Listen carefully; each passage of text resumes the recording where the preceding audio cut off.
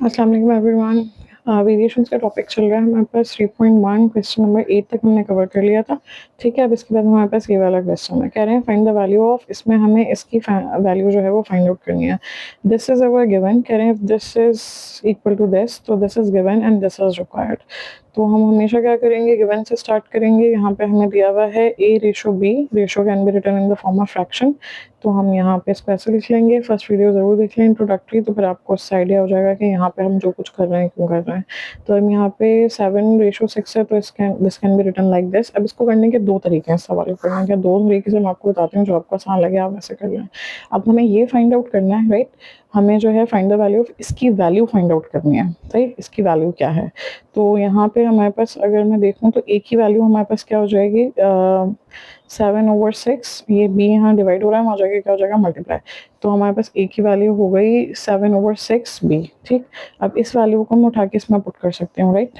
अब यहाँ पे लिखा हुआ है 3a की जगह क्या आ जाएगा, 7/6 और साथ में b प्लस 5b। ये हो गया। इसके बाद ये रेशो को हम फ्रैक्शन के फॉर्म में यानी डिवीजन के फॉर्म में लिखते हैं।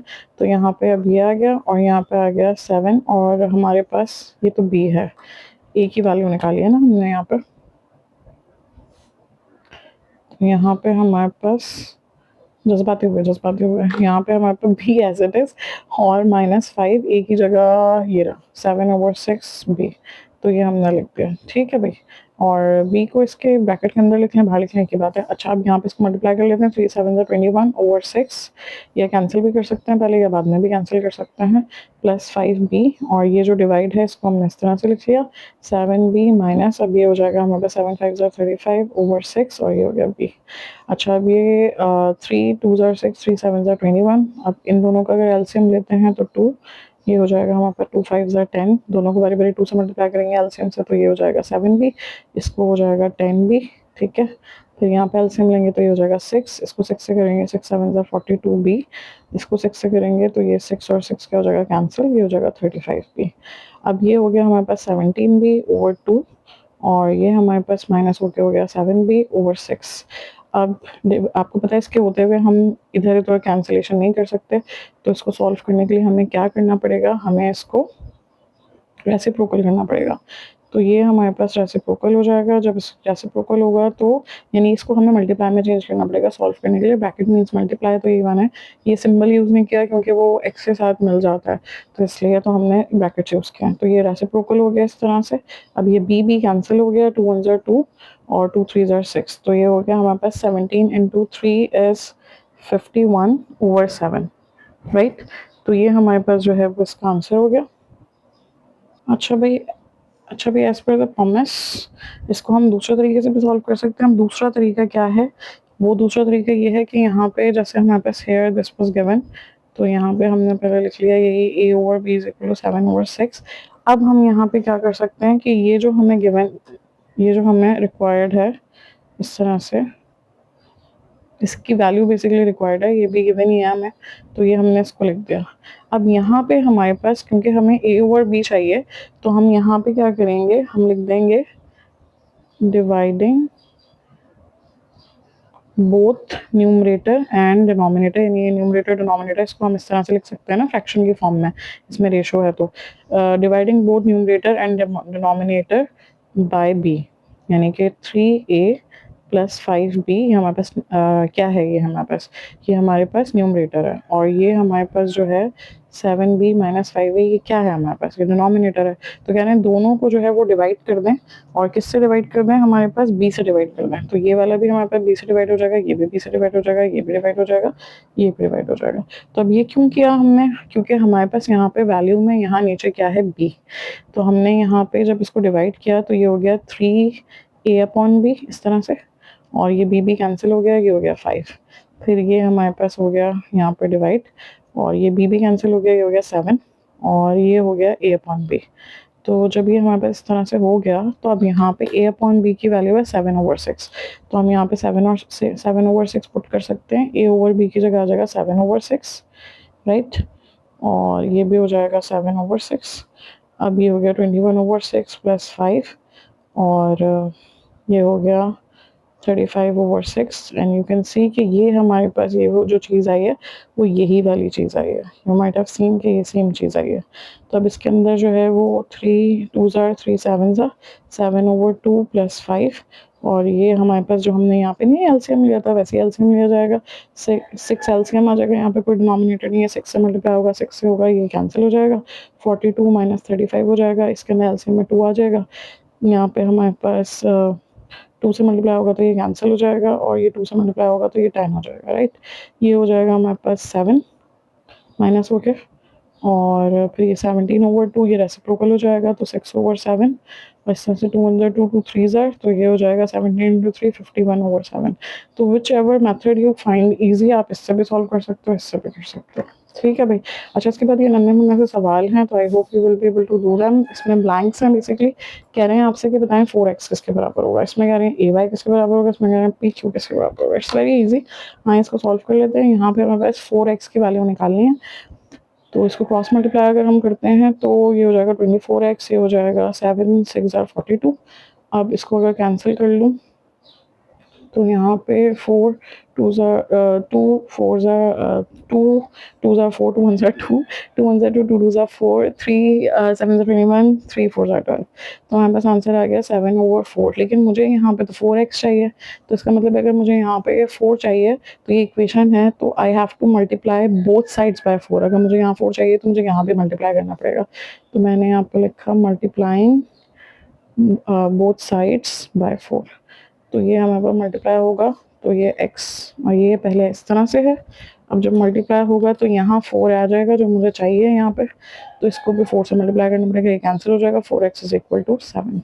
सही है भाई। अब इसी तरीके से इसको भी सॉल्व कर लेते हैं। यहाँ पे कैंसिल तो कुछ नहीं हो रहा, क्रॉस मल्टीप्लाई 5ay हो जाएगा, ये इधर जाके मल्टीप्लाई हो गया और ये 3 × 15 45 और bx हो गया। अब यहाँ पे मुझे वैल्यू निकालनी है ay की, तो ay को यहीं रखूंगी और यहाँ पे 5 मल्टीप्लाई हो रहा है, वहाँ जाके डिवाइड हो जाएगा। 5 × 5 5 9 45 तो ये हो जाएगा 9bx। It's very simple. ठीक है भाई। अच्छा, अब इसको किस तरह से सॉल्व करेंगे। यहाँ पे वैल्यू चाहिए 5q की। देखते हैं कि हम 5q ला पाते हैं या क्या होता है। तो अब यहाँ पे हमारे पास 18 p लिखा हुआ है और नीचे m लिखा हुआ है। 5 को मैं यहाँ नहीं लिख रही क्योंकि मुझे 5 लेफ्ट हैंड साइड पे चाहिए। तो 5 नीचे डिवाइड हो रहा है, वहाँ जाके क्या हो जाएगा, इस पूरे के साथ मल्टीप्लाई। अब ये पूरा 5 के साथ क्या हो रहा है, मल्टीप्लाई। तो ये पूरे में से मुझे q चाहिए तो मैं q को तो यहीं रखूंगी और ये 9p जो है यहाँ मल्टीप्लाई हो रहा है q के साथ, तो ये वहाँ नीचे जाके क्या हो जाएगा, डिवाइड। तो 9p को मैं वहाँ पे ले गई। अब ये नीचे जो है 2lm, ये भी मुझे यहाँ नहीं चाहिए, मुझे सिर्फ लेफ्ट हैंड साइड पे ये चाहिए और यहाँ आंसर चाहिए। तो सब ये उस तरफ जाएंगे कि ये नीचे डिवाइड हो रहा है, ये वहाँ जाके क्या हो जाएगा, मल्टीप्लाई। अब इसको सॉल्व कर लें, सिंपल। 9 1 9 9 2 18 और p कैंसिल, mm कैंसिल और क्या कैंसिल, और कुछ कैंसिल नहीं हो रहा। आमने सामने कैंसिलेशन होती नहीं है। तो 2 2 4l। तो यहाँ पे हमारे पास आंसर आ गया 4l। Very simple, very easy. ठीक है भाई। ये हमारे पास बराबर आ गया 7 के, ये बराबर आ गया 9bx के, ये आ गया 4l। तो आई होप कि पॉज करके आपने खुद ट्राई किया हो। ज़रूर ट्राई किया करें जब आप खुद से सही आंसर निकालेंगे, क्योंकि eventually it's going to be solve over here. तो you will be able to match it और आपको बहुत अच्छी फीलिंग आएगी और confidence will be boosted. Okay guys, अब हमारे पास यहाँ पे जो है ये फाइंड x फाइंड आउट करना है। प्रोपोर्शंस देखें यहाँ पे गिवन है तो इसको सॉल्व कर लेते हैं। प्रोपोर्शन की जगह यू नो वेरी वेल कि इज इक्वल टू आता है और यहाँ पे ये रेशो है। Ratio can be written in the form of fraction. तो यहाँ पे हमारे पास ये लिख दिया जाएगा ओवर 4, फिर यहाँ पे 2x + 3 लिख दिया जाएगा ओवर 7। क्रॉस मल्टीप्लाई हो जाएगा 3x - 2 और 2x - 3 जो हमारे पास न्यूमरेटर्स हैं अपनी जगह पे रहेंगे। डिनोमिनेटर राइट हैंड साइड पे डिवाइड हो रहा है 7, तो लेफ्ट हैंड साइड पे जाके मल्टीप्लाई हो जाएगा। राइट हैंड साइड पे 4 डिवाइड हो रहा है, वहाँ जाके मल्टीप्लाई हो जाएगा। अब 7 3 21x हो जाएगा, 7 2 14 हो जाएगा, 4 2 8x और 4 अब इसको सॉल्व कर लें। 21x है, ये प्लस हो रहा है, वहाँ जाके माइनस हो जाएगा, माइनस हो रहा है, वहाँ जाके प्लस हो जाएगा। तो 21 - 8 अगर हम करते हैं तो it is going to be 13, yes, 13x and it's going to be 26। तो 13 2 26, ये हो गया हमारे पास x = 2। Very simple. अच्छा, अब यहाँ पे क्या है हमारे पास, यहाँ पे हमारे पास फिर से प्रोपोर्शन है तो इज इक्वल टू आ जाएगा। अब ये रेशो है तो इसको जब आप लिखेंगे इस तरह से तो 3x - 1/7 और फिर ये डिवाइड रेशो के लिए फ्रैक्शन और 3/5 और इसको लिखेंगे तो 2x/3 डिवाइड और फिर ये हो जाएगा 7/5। इसको भी इस तरह से लिख सकते हैं, आपकी मर्ज़ी है। तो इसको भी लिख लेते हैं इस तरीके से, यानी कि ये हो जाएगा 3x-1/7 और यहाँ पे ये जो डिवाइड है, यानी इसकी जगह अगर मैं डिवाइड लगा देती हूँ तो ये आगे वाला जब सॉल्व करेंगे तो ये रेसिप्रोकल हो जाएगा, 5/3 हो जाएगा। लाइकवाइज यहाँ पे भी डिवाइड को मल्टीप्लाई बनाएंगे तो ये क्या हो जाएगा, रेसिप्रोकल। तो ये हो जाएगा 5/7। अब इसको सॉल्व कर लेते हैं। यहाँ पे हो जाएगा 5 इससे भी मल्टीप्लाई होगा, इससे भी होगा और ये इससे मल्टीप्लाई हो जाएगा। यहाँ माइनस की साइन है, ये पूरा एक है हमारे पास, तो ये 3 कैंसिल नहीं हो सकता। ये should be, this concept should be clear. तो 5 3 ज़ा 15x, 5 1 ज़ा 5 और 7 3 ज़ा 21 हो गया और 2 5 ज़ा 10x हो गया, 3 7 ज़ा 21। 21 यहाँ डिवाइड हो रहा है, वहाँ जाके मल्टीप्लाई हो गया, दोनों कैंसिल ही होंगे इवेंचुअली, यहीं कैंसिल कर लें। अब ये यहाँ प्लस है, वहाँ जाके माइनस हो जाएगा, ये माइनस का 5 है, वहाँ जाके प्लस हो जाएगा। It's going to B 5x, तो ये 5 यहीं कैंसिल कर लें, वहाँ जाके कर लें, यहाँ मल्टीप्लाई हो रहा है, वहाँ जाके डिवाइड होगा, तो ये कैंसिल हो जाएगा। x की वैल्यू 1, सिंपल। अच्छा, अब ये वाले जो क्वेश्चन हैं, इसके अंदर ये क्वेश्चन है, इसको नोट डाउन कर लें आप। This is your homework that you need to solve. बिल्कुल वैसे ही सॉल्व होगा जैसे 1 और 2 सॉल्व हुआ है। इसके बाद हमारे पास ये जो है थर्ड क्वेश्चन है और ये भी वैसे आसान है, लेकिन ये कर लेते हैं। इज इक्वल टू, अच्छा अब यहाँ पे x-3/2 डिवाइडेड बाय, यानी फ्रैक्शन के फॉर्म में लिखना है, तो ये हमने इस तरह से लिख दिया, राइट। अब यहाँ पे हमारे पास ये आ गया। अब क्या करेंगे भाई, वही जो क्रॉस मल्टीप्लाई, मतलब जो हम पहले इसको रेसिप्रोकल करते हैं, रेसिप्रोकल हो जाएगा, x-1/5 हो जाएगा और यहाँ पे x-1/3, ये रेसिप्रोकल हो जाएगा x+4 और ये 4 हो जाएगा, ठीक। अब इसके बाद जो है वो इसको सॉल्व करने के बाद हर साइड को फिर हम क्रॉस मल्टीप्लाई कर लेंगे। आई एम सॉरी, ये मैंने इसको थोड़ा सा इधर उधर कर दिया। Yes, now I think it's right, okay. अच्छा, अब ये टॉपिक बस एंड हो रहा है हमारे पास, इसको हम सॉल्व कर लेंगे यहाँ पे। ये सॉल्व करने के बाद फिर हमारे पास डायरेक्ट और इनवर्स प्रोपोर्शन नेक्स्ट एक्सरसाइज आ जाएगी 3.2। अच्छा, इसको हम सॉल्व कर लेते हैं पहले। ये हमारे पास क्या हो रहा है, यहाँ पे मल्टीप्लाई हो रहा है, राइट। लेकिन अगर हम यहाँ पे ध्यान से देखें तो इसके अंदर, यानी ये हमारे पास कुछ इस तरह की सूरत हाल है, तो इसमें हमारे पास कुछ कैंसिलेशन हो रही हैं जो कि हम कर सकते हैं। यानी ये यहाँ पे इसके साथ क्या हो रहा है, मल्टीप्लाई x-1, तो ये वहाँ नीचे जाके डिवाइड हो जाएगा और x-1 क्या हो जाएगा, कैंसिल। क्योंकि अगर हम इसको मल्टीप्लाई कर लेते हैं तो it's going to be very lengthy, तो हम यहाँ पे क्या कर लेंगे, इसको और इसको यहाँ पे कैंसिल कर लेंगे। इस तरह से ये 4 नीचे डिवाइड हो रहा है, वहाँ जाके मल्टीप्लाई हो जाएगा, तो ये 4 2 1 ज़ा 2 2 2 ज़ा 4, तो इसको यहाँ से भी आप कैंसिल कर सकते हैं। तो आपने इसको ऐसे कैंसिल कर लिया, ठीक है। अब यहाँ पे हमारे पास आ गया x-3/5 और यहाँ पे x+4/3। जिनको ये वाली चीज़ क्लियर नहीं हुई है तो उनको मैं थोड़ा सा और आसान करके बता देती हूँ। यहाँ पे ये देखें, x-3/2 x-1/5 ये लिखा हुआ है, यहाँ पे लिखा हुआ है x-1/3। By the way this is your homework question, जो ऊपर लिखा हुआ है x+4/2, ये मैंने यहाँ जो लिखा था इसको मैंने कॉपी कर दिया यहाँ पे।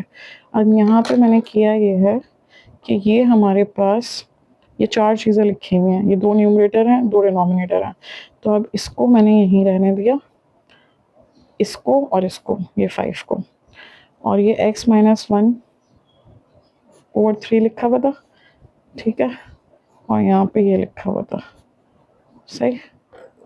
अब ये जो हमारे पास यहाँ पे इससे मल्टीप्लाई हो रहा है, x-1 इससे मल्टीप्लाई हो रहा है, तो ये वहाँ जाके नीचे क्या हो गया, डिवाइड हो गया, और ये वाला 2 जो नीचे डिवाइड हो रहा है, ये वहाँ जाके क्या हो जाएगा हमारे पास, मल्टीप्लाई। आई थिंक इसमें कहीं एक जगह 4 है, हाँ ये कैंसिलेशन हो गई है, यहाँ पे ये पहले 4 था, तो यानी यहाँ पे हमारे पास 4 है। ये लिखने में उधर से कुछ छापने में गड़बड़, ये हमारे पास 4 है और ये भी हमारे पास 4 है, ठीक है। तो अब हमारे पास जो है इस 4 को वहाँ ले जाएंगे, इस 2 को वहाँ ले आएँ, एक ही बात है। तो अब अगर इस 4 को लेके जाना चाह रहे हैं कि इस 4 को वहाँ ले जाके कैंसिल कर लें, तो वैसे कर लें, वरना इसको कर लें।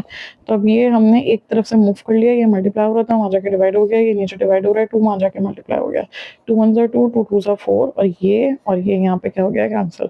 तो यहाँ पे हमारे पास बच गया x+4 इस तरह से, राइट। यहाँ पे 5 और यहाँ पे 3 2 ज़ार 6, तो ये हमारे पास इसी तरह से हमने लिखा है।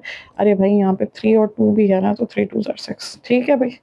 ये है सूरत हाल, ये मैंने आपको एक्सप्लेन भी कर दिया यहाँ पे। अब इसको वही कि अब यहाँ पे कुछ भी नहीं, ओ माय गॉड।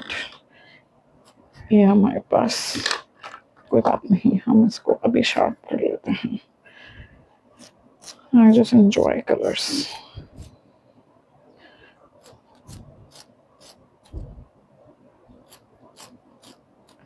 ये अच्छा भाई, अब हमारे पास क्या हो जाएगा, ये हमारे पास क्या हो जाएंगे, क्रॉस मल्टीप्लाई। ये जो न्यूमरेटर्स हैं दे स्टे द सेम, तो ये x माइनस 3 x+4 अपनी जगह पे रहेंगे। अब ये जो हमारे पास यहाँ नीचे डिवाइड हो रहा है राइट हैंड साइड पे, लेफ्ट पे जाके मल्टीप्लाई, लेफ्ट पे डिवाइड हो रहा है राइट पे जाके मल्टीप्लाई हो जाएगा, राइट पे डिवाइड हो रहा है लेफ्ट पे जाके मल्टीप्लाई हो जाएगा। आई मल्टीप्लाई कर लेते हैं। ये हो जाएगा 3 into x 6 into x 6x, 3 into 6 या 6 इंटू 3 इज़ 18, और ये हो जाएगा 5x, और 5 इंटू 4 20। अब 6x ये प्लस का है, यहाँ के 5x माइनस हो जाएगा, राइट। फिर इसके बाद यहाँ पे ये यहाँ पे 20 अपनी जगह पर है, ये माइनस का है, यहाँ पे आके क्या हो जाएगा, प्लस हो जाएगा। तो हमारे पास यहाँ पे x की वैल्यू आ गई, ये दोनों नंबर्स हमारे पास ऐड हो जाएंगे, दैट वुड बी 38। ईजी, ठीक है भाई। अच्छा, अब इस वाले को सॉल्व कर लेते हैं। देखने में थोड़ा मुश्किल लग रहा है नहीं। देखिए फैक्टराइजेशन में जान नहीं छोड़नी है आपके, तो उसको लाजमी आप सीख लें फैक्टराइजेशन को। अब यहाँ पे फिर आ गई है फैक्टराइजेशन, आ जाए। यहाँ पे हमारे पास लिखा हुआ है P square plus P Q plus Q x. यहाँ पे रेशो है तो ये एक्स आ गया।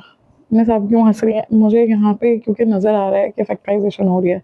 यहाँ पे चंदा हमारे पास ये प्रोपोर्शन है तो इज इक्वल टू आ जाएगा। कैसे नज़र आ रहा है चंदा, ये देखो, P cube minus Q cube, तो हमारे पास ये फॉर्मूला अप्लाई हो रहा है ए क्यूब माइनस बी क्यूब का। ए क्यूब माइनस बी क्यूब किसके बराबर होता है, ए माइनस बी, ए स्क्वायर बी स्क्वायर। यहाँ से अगर माइनस है तो यहाँ प्लस होता है, ए भी आता है।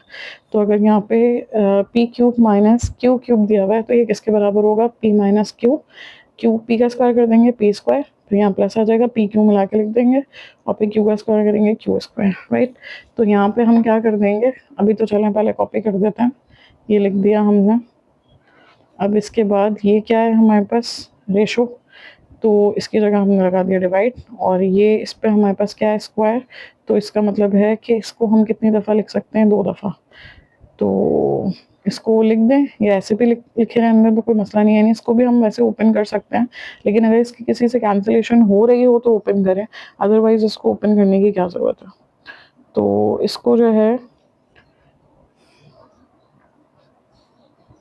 हम फिलहाल एज इट इज़ लिख देते हैं, ठीक है। फिर इसको देखते हैं कि इसके साथ क्या हो सकता है। यहाँ पे ये माइनस में है क्योंकि ये वाला प्लस में है, ठीक।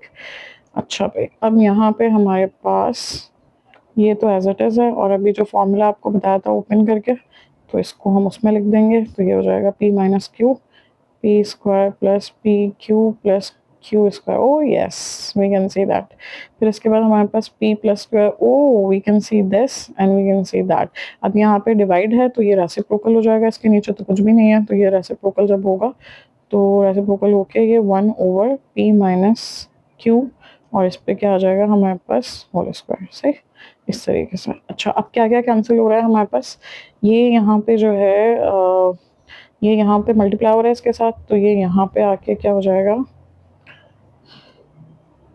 आई thought I should pause, there was a noise distraction, लेकिन चलें। अच्छा, अब ये एक पी माइनस क्यू है, ये पी माइनस क्यू कितनी दफ़ा है, 2 दफ़ा, तो इसमें से एक एक कैंसिल हो जाएगा। तो यहाँ पे हमारे पास पी प्लस क्यू पहले से था, और इसमें से एक कैंसिल हो गया तो पी माइनस क्यू एक बच गया।